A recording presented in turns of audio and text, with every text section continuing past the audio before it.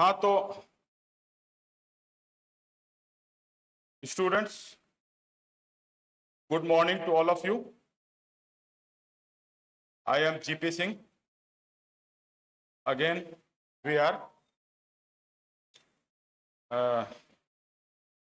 in this class of English grammar। और आ रहा है क्या? हाँ आ गया। आवाज चेक कर लीजिए।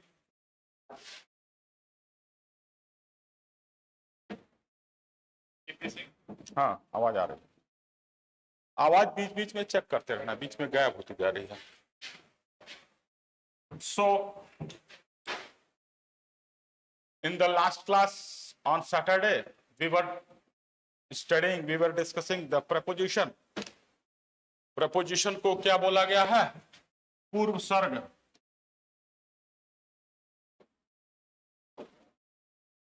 है दैट इज preposition।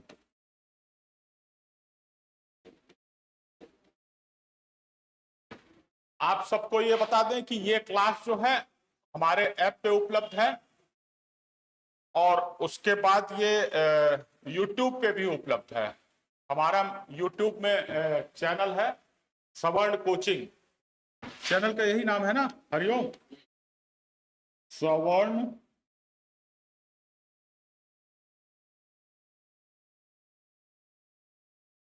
कोचिंग नाम से YouTube चैनल है। आप इसमें अगर नहीं देख पा रहे हैं तो आप YouTube चैनल पे भी देख सकते हैं और उसको आप सब्सक्राइब करें। वीडियो अच्छा लगे तो उसको लाइक करें। उसमें अपने कमेंट जरूर करें ताकि हम लोगों को पता चले कि आप क्या चाहते हैं और किस तरह से आप पढ़ना चाहते हैं, तो उस हिसाब से हम अपने कोर्स को परिवर्धित, परिमार्जित और परिष्कृत करेंगे। ठीक है? और अपने मित्रों से भी शेयर करें उसको। ये फ्री है, इसमें कोई दिक्कत नहीं है, कोई फीस नहीं है। वैसे भी कोई हमारे सेंटर पे आके या ऑनलाइन क्लास में फ्री में शिक्षा प्राप्त कर सकता है। यहाँ पे अनेक कंपटीशन की कक्षाएं चलती हैं, जैसे कि एसएससी की चलती है, यूपीएससी की चलती है,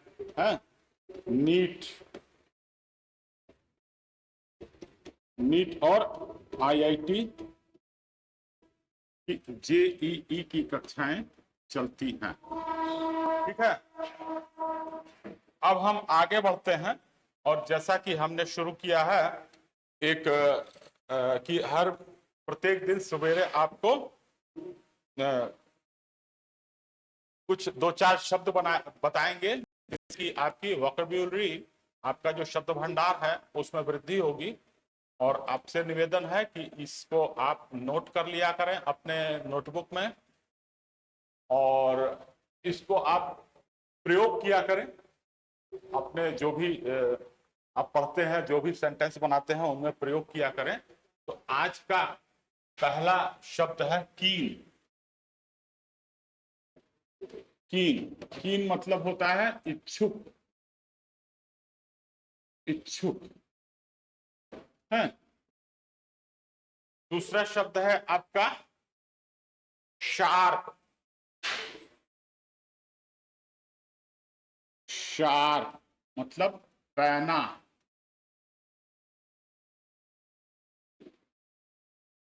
धारदार है। तीसरा शब्द है क्रिटिकल। क्रिटिकल, क्रिटिकल मतलब नाजुक, बहुत ही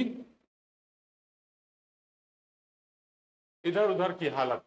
जैसे कोई बीमारी होता है तो बोलते हैं बहुत क्रिटिकल है, या तो वो बियॉन्ड कंट्रोल हो जाएगा या तो वो ठीक हो सकता है, ऐसी स्टेज पे हो सकता है। या और भी चीजों में क्रिटिकल होता है तो वो होता है कि किसी दो स्टेज के बीच की स्थिति जो होती है उसको क्रिटिकल बोलते हैं। या तो बिगड़ जाएगा या तो बन जाएगा, या तो फिर ऊपर चला जाएगा या तो फिर नीचे चला जाएगा, तो वो वाली स्थिति है होती है, हमेशा मरने की स्थिति नहीं होती है, मतलब स्वास्थ्य की स्थिति नहीं होती, और भी कई चीजों में क्रिटिकल होता है। इसमें दो महत्वपूर्ण स्टेजेस के बीच की जो स्थिति होती है उसको हम क्रिटिकल कहते हैं। ठीक है, इसके अलावा एक और शब्द है एक्यूट।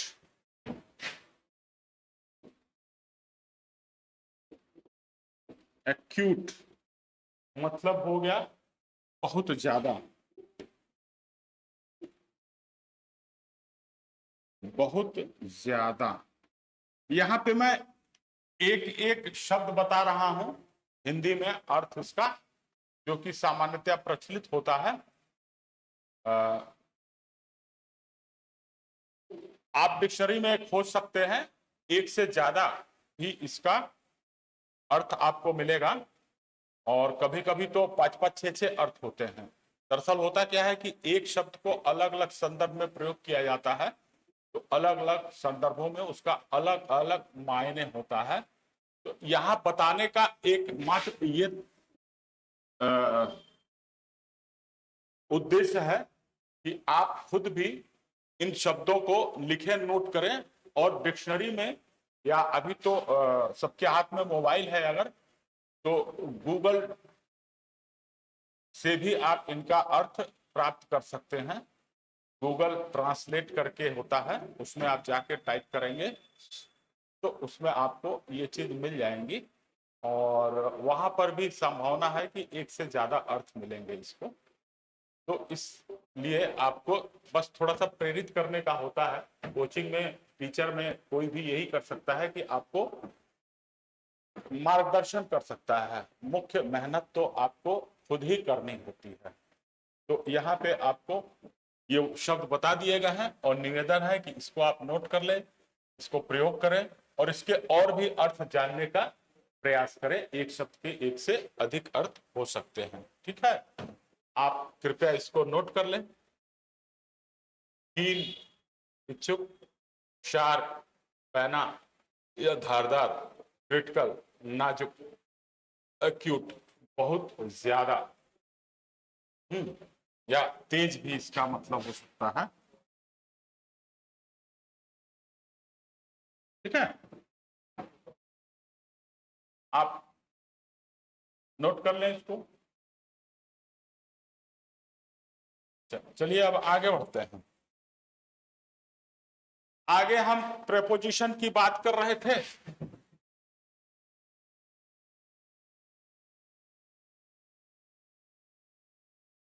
प्रेपोजिशन की बात कर रहे थे।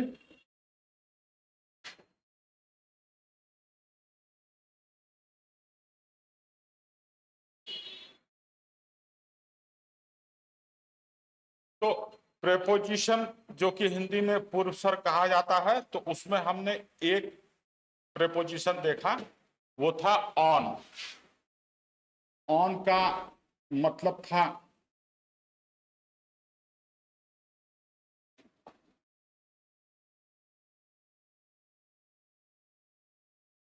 ऊपर से तात्पर्य था, ऊपर या पर।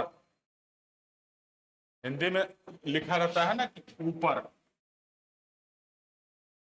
या पर। पर मतलब तो पंख भी होते हैं, लेकिन यहाँ पर किसी के ऊपर के होने से होता है। तो इस अर्थ में हम ज्यादातर इसका प्रयोग करते हैं। उसके अलावा अनेक जो फ्रेजेस होते हैं जो ऑन से स्टार्ट होते हैं, on the road, on the roof, on the radio, on the last way, on the job, on the phone, on a list, on bell, on motor bike, on edge, ये सब चीजें हमने आपको note कराई थी, और आपसे ये बोला था कि आप इसके और भी फ्रेजेस तलाश कर सकते हैं। अब जो दूसरा आता है वो आता है ओवर। ओवर का मतलब भी ऊपर ही होता है, लेकिन ऑन में पर जब किसी चीज के ऊपर रखा रहता है, कोई चीज रखी रहती है, स्पर्श करती है उसको, तो वहां पे करते हैं। ओवर का मतलब होता है जो ऊपर होता है लेकिन वो स्पर्श नहीं करता है। जैसे कि एरोप्लेन उड़ता है आकाश में, तो वो हमारे सिर के ऊपर से गुजर जाता है, लेकिन वो दूर रहता है। या पंखा जब चलता है तो वो दूर रहता है। सीलिंग फैन जो चलता है तो वहां पे हम ओवर का प्रयोग करते हैं, के ऊपर। ओवर का प्रयोग ज्यादातर के ऊपर।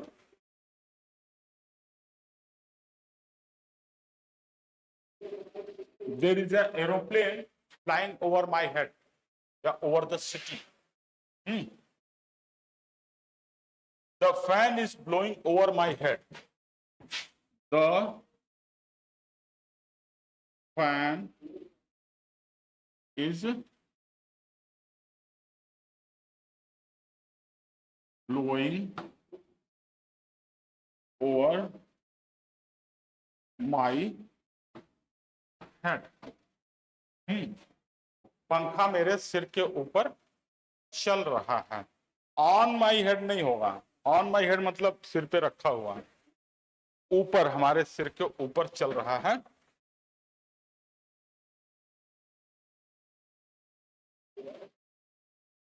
कहीं पे ऐसा भी होता है कि कोई चीज पूरी तरह से कवर हो रही हो, जैसे हमने कप को टेबल पे रख दिया तो पूरा नहीं कवर हो रहा है, लेकिन अगर किसी चादर से किसी टेबल को ढक दिया, किसी कालीन से ढक दिया, तो पूरा जो कवर कर लेगा उसको, तो वो वहां पे ओवर होगा। Cover the table by the rug. मतलब कि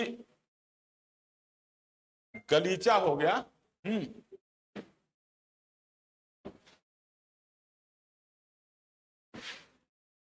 मान लीजिए कोई बड़ी सी चादर हो, उससे हमने पूरे अपने सोफे को ढक दिया, या कार है हमारी तो उसको बहुत लोग आपने देखा होगा कि कार के ऊपर पूरा पूरा कवर लगा देते हैं, या बाइक के ऊपर पूरा पूरा कवर लगा देते हैं, पूरा बाइक उससे ढक जाता है या कार उससे ढक जाता है।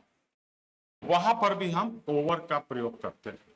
ठीक है, ये कुछ एग्जाम्पल्स हैं, और मैं हमेशा से बताता रहा हूं कि जैसे जैसे आप ज्यादा से ज्यादा पढ़ते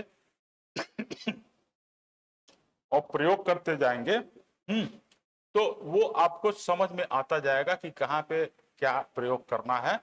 इसलिए पढ़ाई जरूरी है।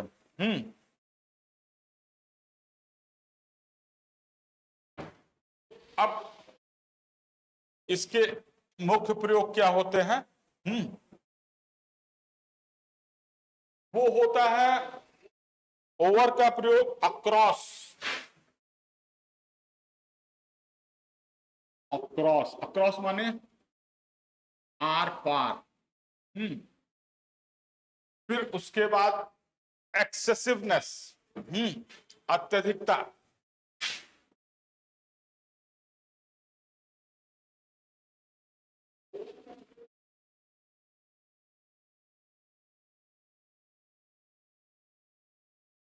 अत्यधिक,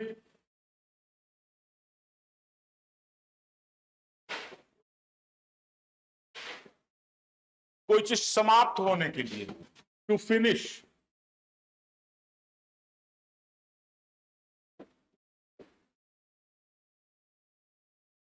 द एग्जाम्स आर ओवर, परीक्षाएं समाप्त हो गई। एवरीवेयर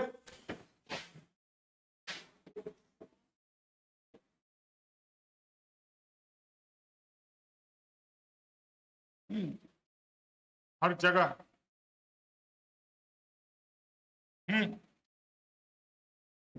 या मोर देन,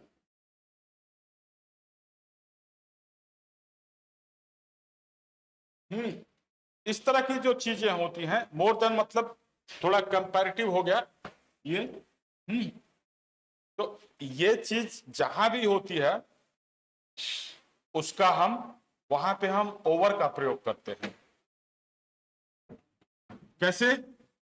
जैसे देख लीजिए across, there is a bridge over the river, there is a bridge over the over the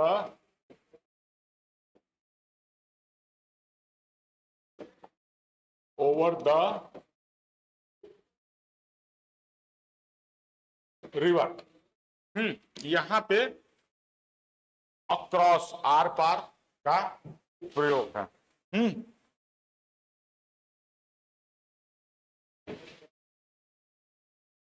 अत्यधिक हो गया, जैसे होता है ना कि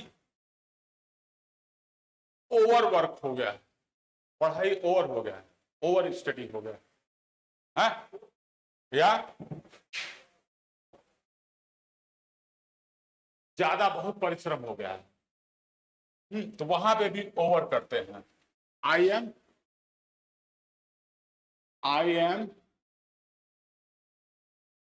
tired due to over work. मैं आई एम टायर्ड या I am extremely tired due to over work, बहुत ज्यादा काम कर दिया आज है, बहुत ज्यादा पूरे घर की सफाई कर दी है, धुलाई कर दिया है, कपड़े धो दिए हैं। अभी अभी ऐसा होता है ना, आप लोग हॉस्टल में रहते हो तो एक दिन कहते हो चलो आज सफाई करते हैं, पूरा रूम ठीक करते हो, कपड़े उपड़े धुल देते हो, बुक अपनी सब सही करते हो। एक दिन ऐसा होता है संडे के दिन कि चलो सब रूम ठीक कर लेते हैं, तो उस दिन आप थक जाते हो, पढ़ाई नहीं किया लेकिन बहुत काम किया, इसलिए मम्मी आज मैं बहुत टायर्ड हो गया, बहुत थक गया हूँ। क्यों थक गया हूँ? ओवर वर्क हमने कर लिया। ठीक है, ऐसा होता होगा, जरूर होता होगा, आपने देखा होगा जो। ठीक है, और एग्जाम समाप्त हो गए हैं।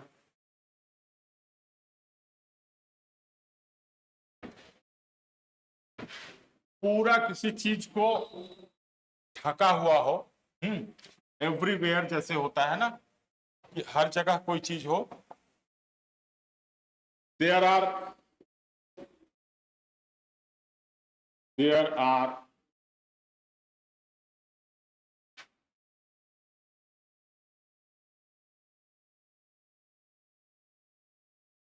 uncountable number of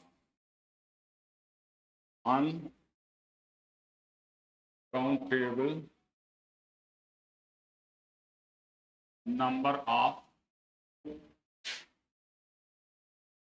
stars over the sky। क्या हुआ कि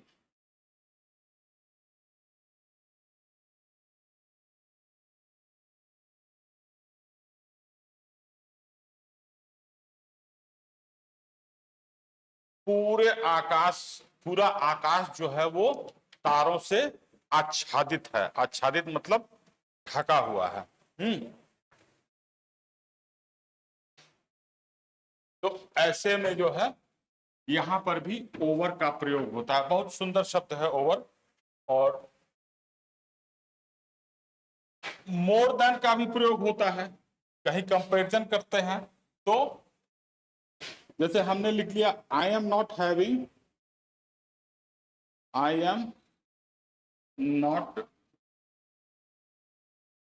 हैविंग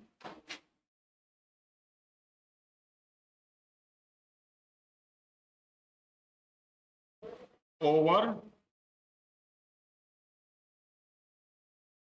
1,000 रुपीज, मेरे पास 1,000 रुपए से ज्यादा पैसे नहीं, अभी जैसे हमने बोल दिया ना, या 100 रुपए से ज्यादा नहीं है, या कुछ भी ऐसे कहीं पे comparison. There are not over 40 boys in the class, 40 से ज्यादा बच्चे नहीं है क्लास में।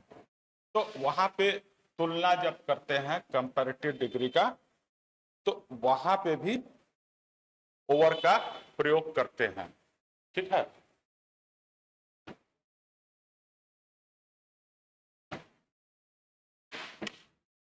ये हमारा ओवर का प्रयोग हुआ। There are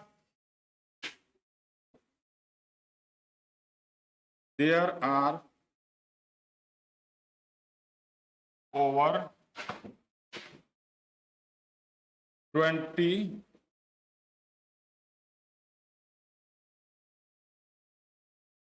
species of frog। मेढक की 20 से ज्यादा प्रजातियां होती हैं। इंडिया में जो मेढक पाया जाता है, जो ब्राजील में मेढक पाया जाता है, जो चाइना में मेढक पाया जाता है, सब अलग अलग होता है। अपने यहाँ भी देखे होंगे कि अलग अलग मेढक होते हैं, कुछ छोटे होते हैं, कुछ बड़े होते हैं, तो अलग अलग प्रजातियां होती हैं। अलग अलग देश में ज्यादा प्रजातियां होती हैं। मैं ये नहीं कह रहा हूं कि मेढक की 20 प्रजातियां होती हैं, ज्यादा भी हो सकती हैं, या हो सकता है 40 हो सकता है 60 हो। यहाँ पे हम लोग बायोलॉजी नहीं पढ़ रहे हैं, ये केवल हम ओवर शब्द का प्रयोग बता रहे हैं कि यहाँ इस तरह से हो सकता है। आप ये मत समझिएगा कि 20 प्रजातियां होती हैं, हो सकता है 10 ही प्रजातियां होती हैं। हमको बायोलॉजी की जानकारी नहीं है और बायोलॉजी हम लोग यहाँ पे पढ़ भी नहीं रहे हैं। बस ओवर शब्द का अलग अलग संदर्भ में क्या प्रयोग होगा इसको हम देख रहे हैं, ठीक ना। तो ये चीज आपकी over, the discussion of over is now over, right. Now we will move on to the next preposition, that is above। above भी आप देखो, ऑन, ओवर, above, ये ऊपर में ही होता है ना, ऊपर के अर्थ में ही होता है। लेकिन जब एक स्तर बताते हैं, Yamuna is above normal level. जैसे बरसात में होता है ना कि राप्ती नदी खतरे के निशान से ऊपर, गंगा खतरे के निशान से ऊपर, यमुना खतरे के निशान से ऊपर, अबव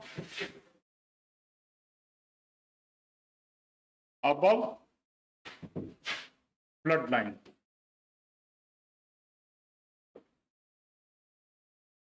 हाँ, यमुना इज फ्लोइंग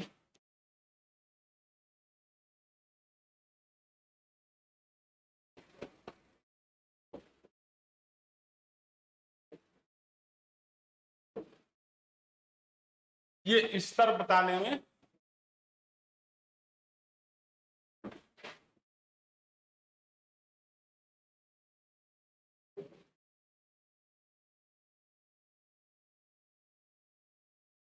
स्तर बताने में प्रयोग होता है। अब जैसे मान लीजिए हम एक पतंग उड़ा रहे हैं और एक चिड़िया उड़ रही है, चिड़िया पतंग से ऊपर उड़ रही है, तो हम क्या कहेंगे, दोनों हमारे ही ऊपर हैं। द बर्ड्स आर फ्लाइंग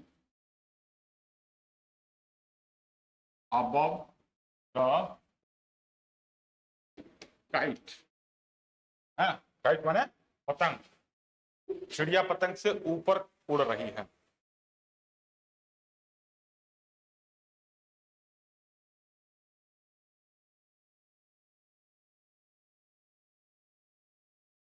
लेकिन जब संख्याओं की बात होती है तो वहां पे हम ओवर का प्रयोग करते हैं, अबव का प्रयोग नहीं करते हैं, क्योंकि उसमें लेवल होती, तुलनात्मक हो गया तब ओवर का होगा। More than 40, more than 60, more than 100 या ओवर 100, मोर देन की जगह पे हम प्रयोग कर सकते हैं। लेकिन अबव का प्रयोग हमेशा दो का स्तर बताने की कोशिश जब होती है तब होता है। एक स्तर हो गया, आई एम गेटिंग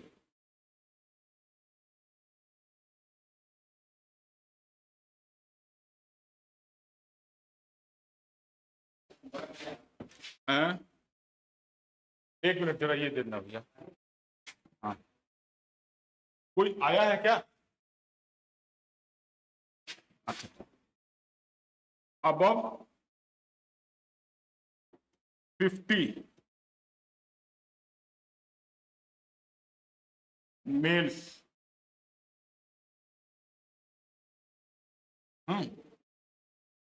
ये एक स्तर बताने की बात हो गई कि हम 50 से ऊपर मेल डेली हमको मिलता है।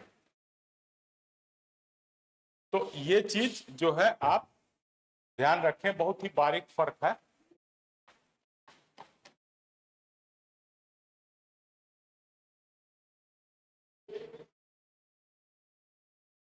कहीं कहीं इंटरचेंजेबिलिटी भी होती है, जहां ओवर इस्तेमाल करना चाहिए वहां अब भी अगर इस्तेमाल कर लें तो बहुत ज्यादा गलत नहीं होता है सेंटेंस, उसका मंशा, उसका मंतव्य प्रकट हो जाता है।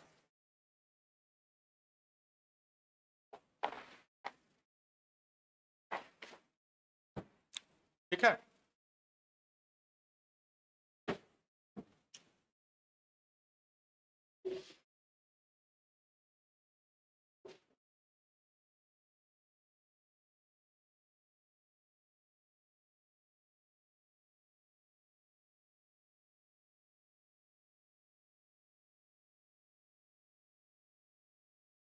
लेकिन ये मान लीजिए कि जब भी संख्या की बात होगी ना तो अबव से मतलब तो प्रकट हो जाता है, लेकिन यहां आप इनवेरिएबली ओवर का ही प्रयोग करें तो वो बहुत बेहतर रहेगा।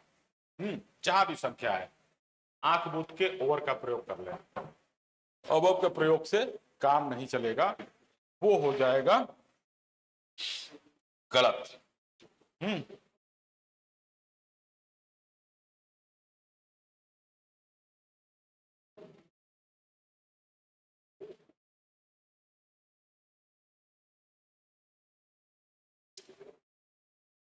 बस किसी लेवल का जब प्रयोग करना हो उस वक्त हम अबव का प्रयोग करते हैं। जैसे 0 डिग्री टेम्परेचर हो गया ना, 0 डिग्री टेम्परेचर क्या हो गया? डिग्री टेम्परेचर क्या हो गया? ये एक बर्फ जमने का लेवल है। तो इससे हम फ्रीजिंग पॉइंट भी कह सकते हैं इसको, 0 डिग्री टेम्परेचर या फ्रीजिंग पॉइंट से the temperature here is above freezing point या बिलो फ्रीजिंग पॉइंट। उधर चले जाएं ठंडे प्रदेशों में तो टेम्परेचर माइनस में चला जाता है। सियाचिन ग्लेशियर में अक्सर आप पढ़ते होंगे समाचार पत्रों में कि वहां बिलो होता है, तो वहां पे जो है अबव और बिलो का प्रयोग करते हैं। ठीक है, अब इसको हम समाप्त करके दूसरे अपने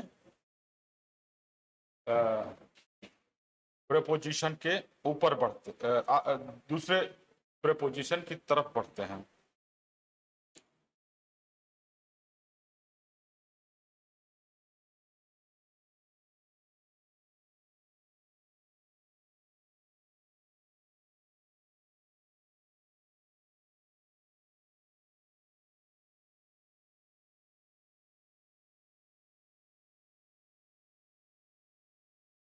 ये दूसरा क्या हो गया? Between and among.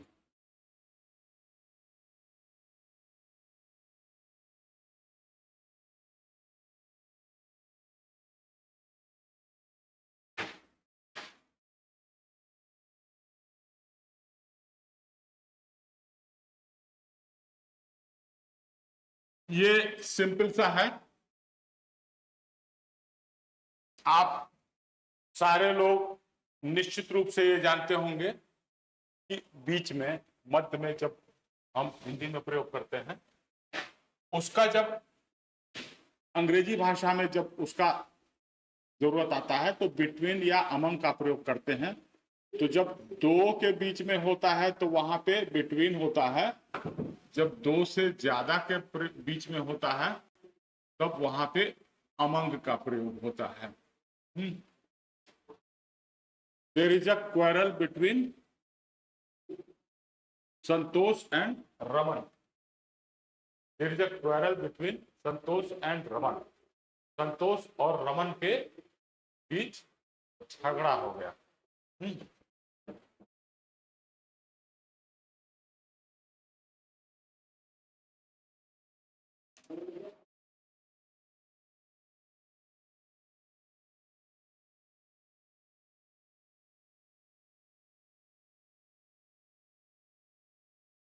और इसमें जब भी प्रयोग होगा दो चीजों का, तो एंड का प्रयोग होगा। जैसे there is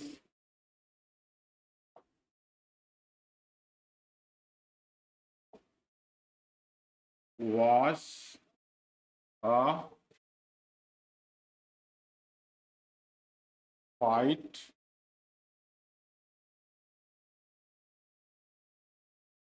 between Santosh and Rajesh. ये एंड का प्रयोग जरूर होता है। इसमें जब बिटवीन का प्रयोग होता है तो एवरी और ईच का प्रयोग नहीं होता है।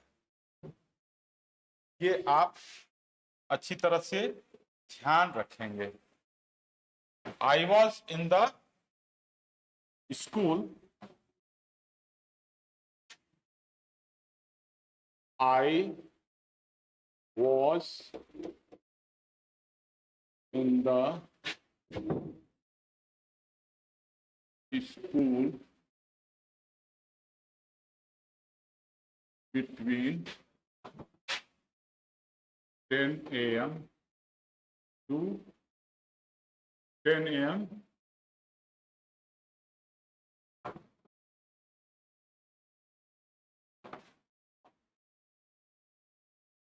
and 4 p.m.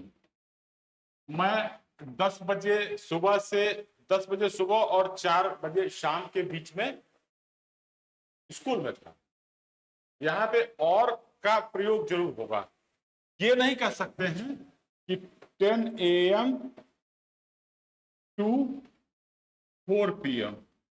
फिर वहां कुछ दूसरा ही प्रयोग होगा, बिटवीन नहीं होगा। तब वहां ड्यूरिंग का प्रयोग होगा, है ना। During 10 a.m. To 4 p.m.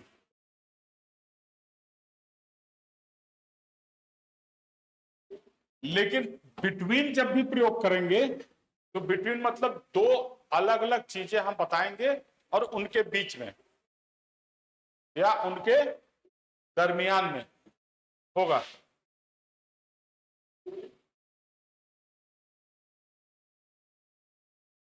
ये ध्यान देने वाली बात है।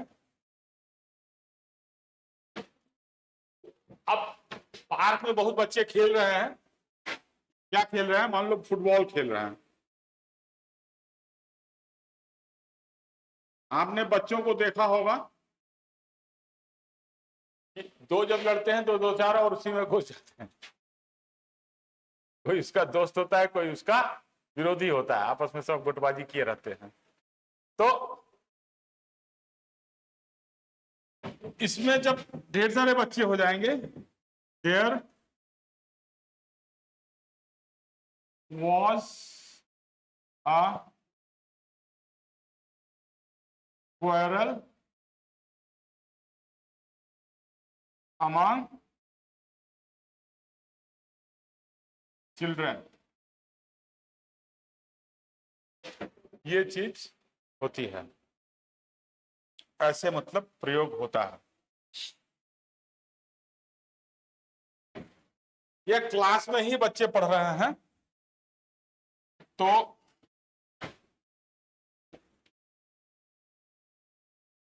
देयर इज अ कंपटीशन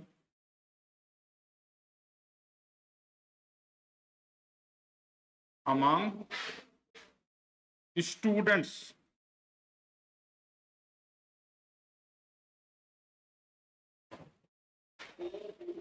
छात्रों के मध्य कंपटीशन है, प्रतिद्वंद्विता है। ठीक है, तो यहां पे स्टूडेंट्स निश्चित सी बात है कि एक से ज्यादा हो गए तो वहां पे हमको अमंग लगाना पड़ेगा।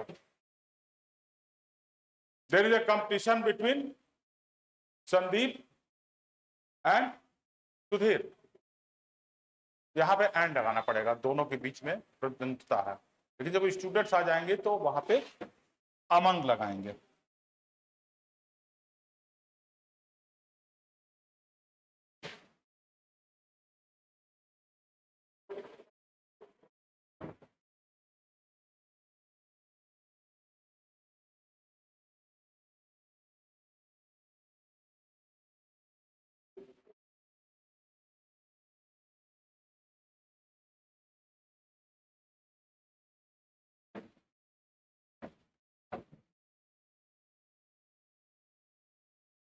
ऊपर के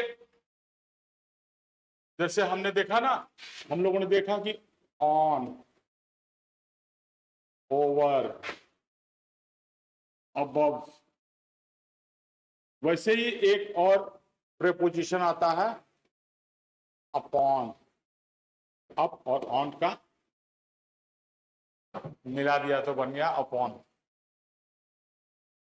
अपॉन जब भी कोई गति का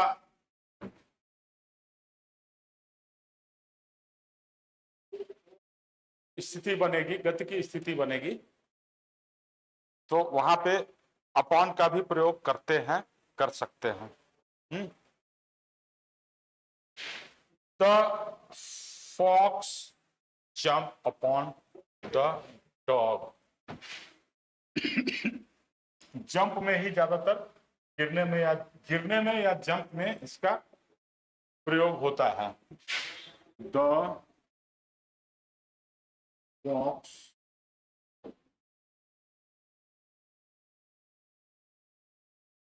jumped upon the cat।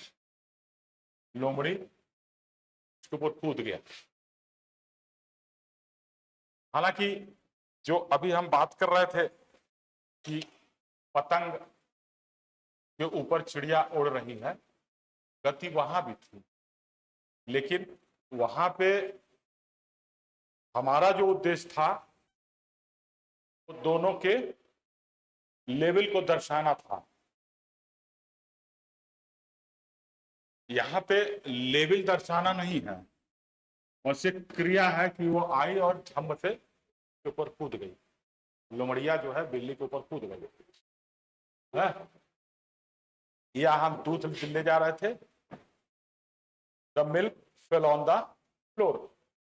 दूध जो फेल अपॉन हिज हेड, किसी के ऊपर गिर गया मिल्क, अपॉन हिज बॉडी।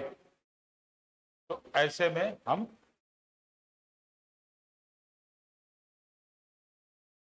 इसका प्रयोग करेंगे। वैसे मोस्टली जब जानवरों का भागदौड़ होता है उसमें ही करते हैं। जब गिरने के अर्थ में जैसे मिल्क वाला है तो वहां ऑन का प्रयोग करेंगे तो वो ज्यादा अच्छा रहेगा। कहीं कहीं अपॉन का भी प्रयोग देखने को मिलता है।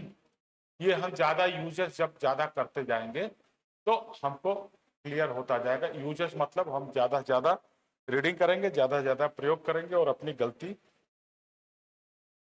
को सुधार करते जाएंगे। ठीक है, ये चीज है, जब दोनों गति में रहें तो उस समय इसका प्रयोग हम करते हैं। बिल्ली दौड़ रही थी या हिरण दौड़ रहा था, पीछे पीछे चीता उसके दौड़ा रहा था, अचानक जब उसके नजदीक में था तो चीता उसके ऊपर, हिरण के ऊपर कूद पड़ा।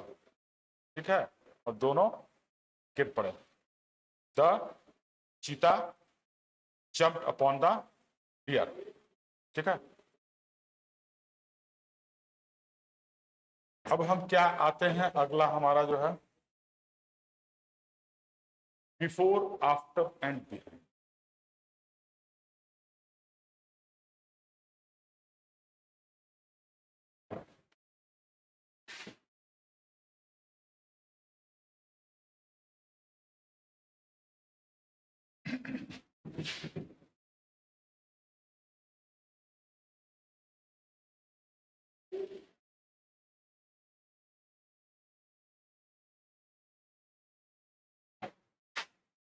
जैसा कि आप सब लोग जानते हैं, इतना तो लगभग सभी को जानकारी होगी,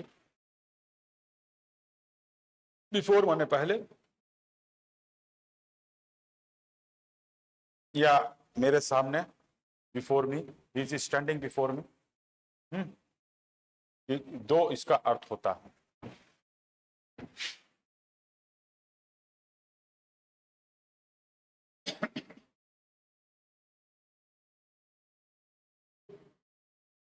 आफ्टर माने बाद,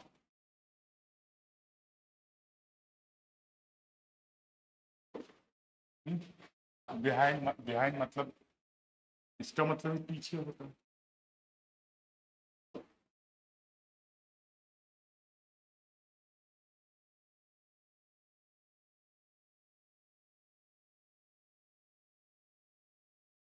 दोनों का ही मतलब पीछे नहीं लिख सकते हैं।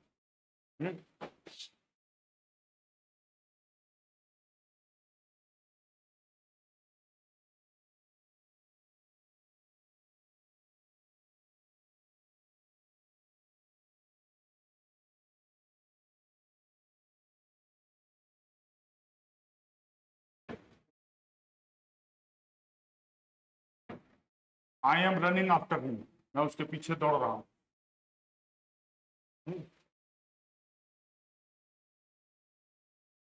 आफ्टर हिम मतलब पीछा करने से मतलब हो गया, मैं उसका पीछा कर रहा हूं। और I am running behind him मतलब दोनों लोग दौड़ रहे हैं, वो मुझसे आगे जा रहा है, मैं उसके पीछे चल रहा हूं, मैं कोशिश कर रहा हूं आगे जाने की रेस में, लेकिन जा नहीं पा रहा हूं। तो यहां दोनों का मतलब हो गया, I am running after him, इसका मतलब हो गया कि मैं उसको खोज रहा हूं कि कहां गया, कहां भागा, तो पकड़ो है, ये उसका मतलब हो गया। ठीक है, इसको आप और भी देखिए, अपने से पढ़िए, है, और फिर उसके बाद बताइए कोई दिक्कत हो तो बिफोर, आफ्टर और बिहाइंड के बाद हम लोग जो है आज का क्लास समाप्त करते हैं। दो एग्जाम्पल और बता दें। अ स्कूटर वाज पार्क्ड, और स्कूटर was standing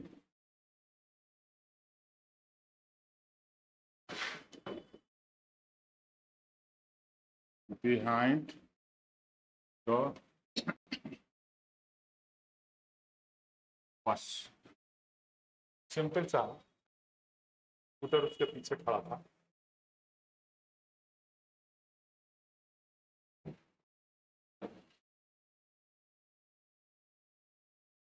समय का भी जब प्रयोग होता है कि after 5 days I will go to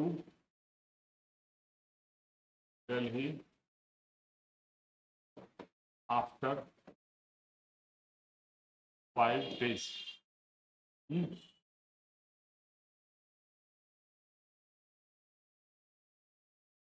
ये चीज,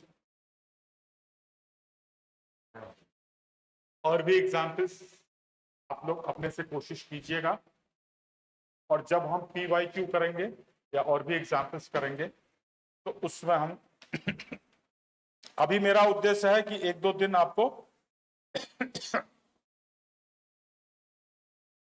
अलग अलग प्रपोजिशंस जो हैं उनके कैसे कैसे प्रयोग हो रहे हैं उसको हम थोड़ा थोड़ा दो दो चार चार एग्जाम्पल से, एक दो तीन चार जितना संभव हो उसको आपको बताएं। और फिर उसके बाद हम लोग प्रीवियस ईयर क्वेश्चंस करेंगे एज यूजुअल। फिक्स प्रोपोजिशन, कुछ फिक्स प्रोपोजिशन होते हैं, उसको हम लोग धीरे धीरे समझेंगे। और प्रेपोजिशन चूंकि बहुत ही पेचीदा चीजों में माना जाता है, इसलिए आप मान के चलिए कि इसमें आपका ज्यादा समय लगेगा। और मैं आपसे पुनः बहुत ही रिक्वेस्ट करूंगा कि आप कोई भी अखबार का कोई पन्ना उठा लें, कोई बुक उठा लें, किसी भी क्लास की बुक रहे, 10th 11th 12th किसी भी क्लास की बुक रहे, और उस पर आप मार्क करते जाएं, पेंसिल से निशान लगाते जाएं, अंडरलाइन करते जाएं, प्रपोजिशन जितने भी आपके समझ में आए तो उसको मार्क करते जाएं। ये बहुत ही कठिन चीज है और मुझसे बहुत गलतियां हो जाती प्रपोजिशन में, और बहुत अच्छे अच्छे जानकार लोगों से प्रपोजिशन की गलतियां हो जाती हैं। जो बहुत ही परफेक्ट बोलने में ना हो वो आराम से गलती करता है। आपको एग्जामिनेशन में, किसी भी एग्जामिनेशन में जाएंगे तो 2-4 क्वेश्चन प्रपोजिशन के मिल जाएंगे, और अगर आपकी प्रैक्टिस पूरी नहीं है तो आप की गलती करने की संभावना ज्यादा है। तो आप कोई भी सेंटेंस लें तो सेंटेंस के हर टुकड़े को, हर अक्षर को आप ध्यान से देखें कि वो क्या है। The cat is swimming in the river. The को देखें क्या है, आर्टिकल है, कैट को क्या है, नाउन है, इसको क्या है, वर्ब है, ऑक्सिलरी वर्ब है, स्विमिंग वर्ब है, इन क्या है, द क्या है, इन द रिवर। हर शब्द को थोड़ा सा दिमाग अपना दौड़ाने की कोशिश करें। नहीं समझ में आता है किसी से पूछें, यहाँ पे हमसे पूछें, कोई और टीचर मिल जाए, अपना फ्रेंड मिल जाए, तो हर सेंटेंस के एक एक शब्द को आप उसका टुकड़ा करें और पूछ के उसको समझने की कोशिश करें। धीरे धीरे हो जाएगा। डेली अगर आपने आधा घंटा भी दे दिया तो किसी भी एग्जामिनेशन में इंग्लिश आपको हुआ नहीं लगेगा। हम लोग जो हिंदी बोलने वाले लोग हैं, हिंदी भाषी प्रदेश के बच्चे हैं, उनके लिए इंग्लिश बहुत कठिन होती है। नेचुरल है, हमारी मातृभाषा नहीं है, दूर दूर तक की भाषा नहीं है। हम लोग हिंदी में और अपनी क्षेत्रीय भाषाओं में बात करते हैं, ऐसे में इंग्लिश कठिन लगना स्वाभाविक है। लेकिन अब इंग्लिश एग्जामिनेशन में आ रहा है तो क्या कर सकते हैं, तो आगे बढ़ के उसका सामना करेंगे। तो सामना करें और थोड़ा थोड़ा डेली आधा घंटा अगर आप देंगे तो काफी कुछ हल हो जाएगा। इसी के साथ ही धन्यवाद। कल जब हम लोग शुरू करेंगे तो कुछ और प्रपोजिशन करेंगे, और ये प्रपोजिशन की क्लास अभी लंबी चलेगी, इसलिए आप इसको बार बार देखते रहें, अपने से भी प्रयास करते रहें आप लोग। ठीक है, मेहनत आपको करनी है, क्लास में केवल आपको थोड़ा थोड़ा सा एक गाइडलाइन बस मिल जाएगी, दिशा निर्देश बस मिल जाएगा। इसी के साथ ही धन्यवाद। यूट्यूब पर भी आप वीडियो बार बार देख सकते हैं, उसको आप लाइक और शेयर भी कर सकते हैं, चैनल को सब्सक्राइब भी कर सकते हैं। ओके।